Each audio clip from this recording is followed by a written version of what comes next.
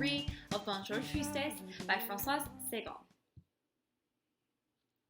The next day, as I made my way to Cyril's villa, I felt much less sure of myself intellectually.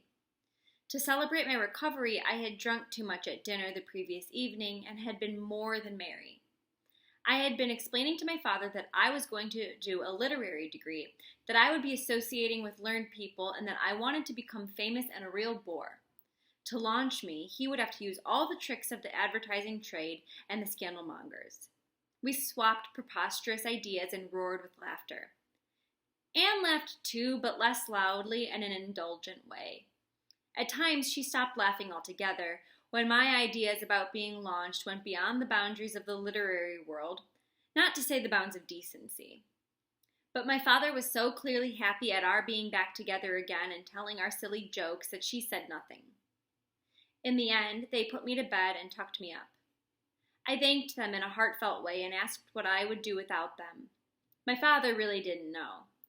Anne seemed to have quite strong ideas on the topic, but just as I was begging her to tell me them and she was bending over me, I was overtaken by sleep. In the middle of the night, I was sick. Waking up was worse than any previous bad experience of waking up that I had ever had. With my thoughts unfocused and my resolve wavering, I made my way to the pine wood, taking in nothing of the morning sea or the frenzied seagulls. I found Cyril at the entrance to the garden. He bounded towards me, took me in his arms, and clasped me fiercely to himself, murmuring incoherently, "My sweetheart, I was so worried. It's been such a long time. I didn't know what you were doing or whether that woman was making you unhappy. I didn't know that I could be so unhappy myself. I sailed past the inlet every afternoon at least once, sometimes twice. I didn't know I loved you so much." "Neither did I said. The fact was that I was both surprised and touched. I was sorry I felt so sick and unable to express my emotion. "How pale you are," he said. "I'm going to look after you now. I won't let you be ill-treated any longer." I could recognize Elsa's imagination at work. I asked Cyril what his mother thought of her. "I introduced her as a friend who's an orphan," said Cyril. "Elsa's very nice, actually. She told me everything about that woman.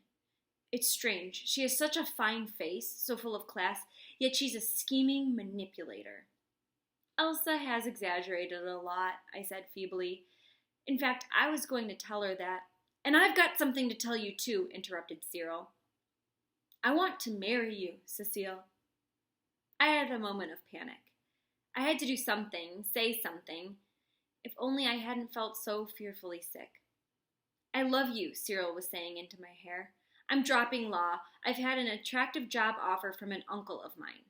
I'm 26. I'm not a little boy anymore. I'm talking seriously. What do you say?" I was desperately searching for something eloquent but non-committal to say in reply. I did not want to marry him. I liked him, but I did not want to marry him. I did not want to marry anyone. I was tired. "It can't be," I stammered. "My father—" "I'll deal with your father," said Cyril. "Anne won't want it," I said. "She claims that I'm not an adult, and if she says no, my father will say no too." "I'm so tired, Cyril. All this emotion is wearing me out. Let's sit down. Here comes Elsa." She was coming down in her dressing gown, all fresh and radiant. I felt dull and scrawny. They both had a healthy, blooming, excited look about them which depressed me even more. She made me sit down, fussing over me as if I had just come out of prison. "And how is Raymond?" she asked. "Does he know that I'm back?" She had the happy smile of a woman who has forgiven all and who has cause for hope. I couldn't tell her that my father had forgotten her any more than I could tell Cyril that I didn't want to marry him. I closed my eyes. Cyril went to fetch coffee. Elsa talked on and on. She clearly considered me to be someone very discerning whom she could trust. The coffee was very strong and very fragrant. The sun cheered me up a little. "I've tried my hardest, but I haven't found a solution," said Elsa. "There is none," said Cyril. "It's an infatuation. He's under her spell. There's nothing to be done." "Yes, there is," I said. "There is a way. You just haven't any imagination." It flattered me to see them hanging on my words. They were 10 years older than me, and they had no idea. I said airily, "It's a question of psychology." I talked for a long time, explaining my plan to them. They raised the same objections as I had outlined to myself the day before, and I took keen pleasure in refuting them.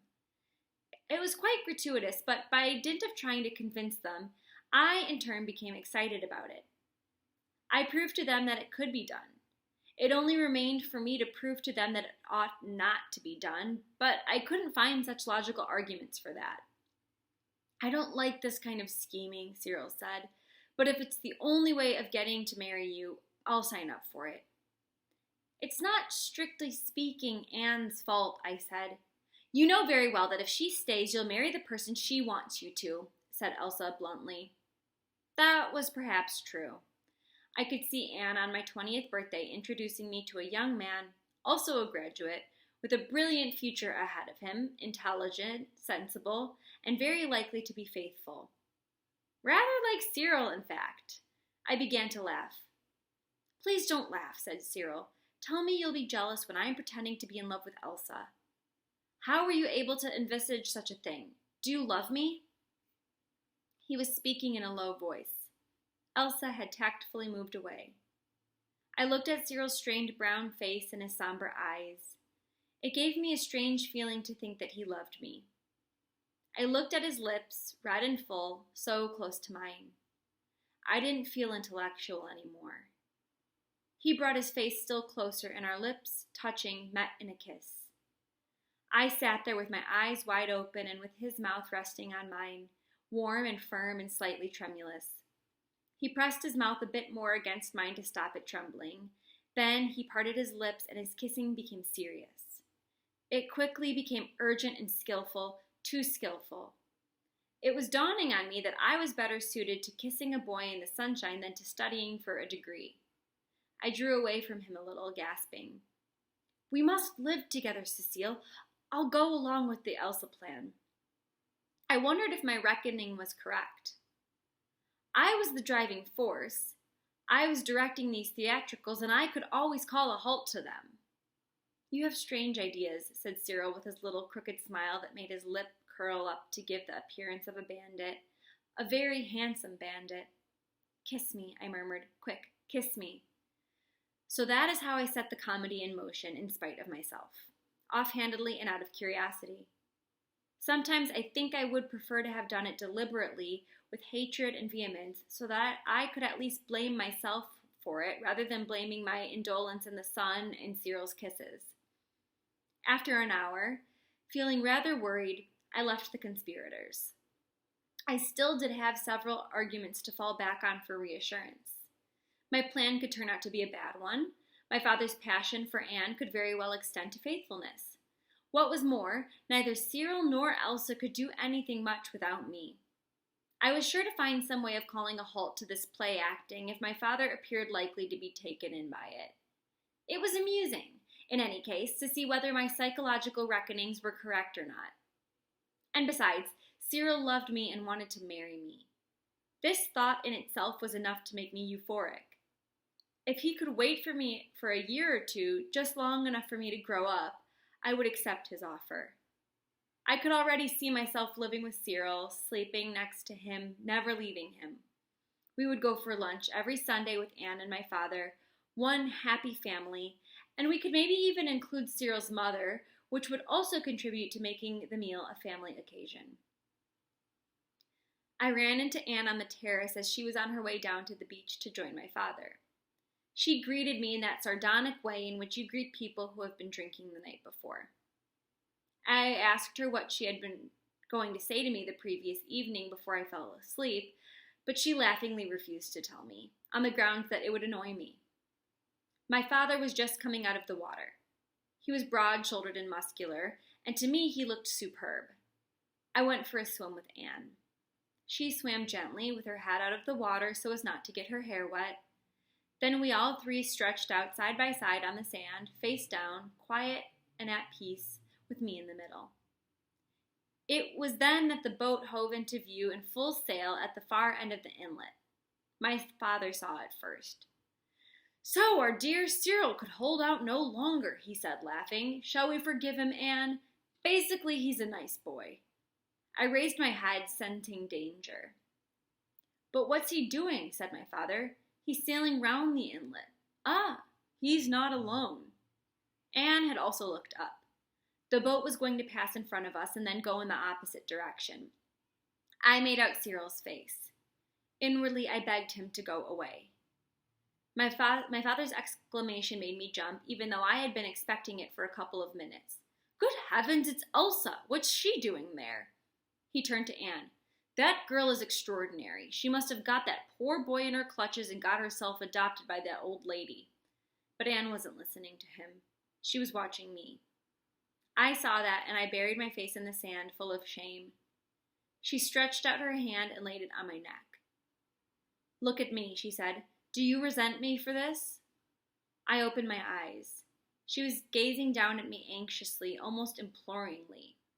For the first time, she was looking at me as if I were a person with thoughts and feelings, and she was doing so the very day that... I groaned and brusquely turned my head towards my father to shake off that hand. He was watching the boat. My poor little girl, Anne's voice went on quietly. My poor little Cecile, it's my fault in a way. Perhaps I shouldn't have been so strict. Do you believe me when I say that I didn't wish to cause you distress? She was gently stroking my hair and the back of my neck. I didn't move. I had the same impression as I did when, on the beach, the sand disappeared from beneath my feet, sucked away by receding waves. A longing for defeat and gentleness had overcome me, and no other feeling, not anger, not desire, had ever swept me up as this one did. I wanted to abandon the play acting, to entrust my life to her, to put myself in her hands for the rest of my days. I had never before experienced such an intense and overwhelming sense of helplessness. I closed my eyes. It seemed to me as if my heart were ceasing to beat. That's all for today. Thank you.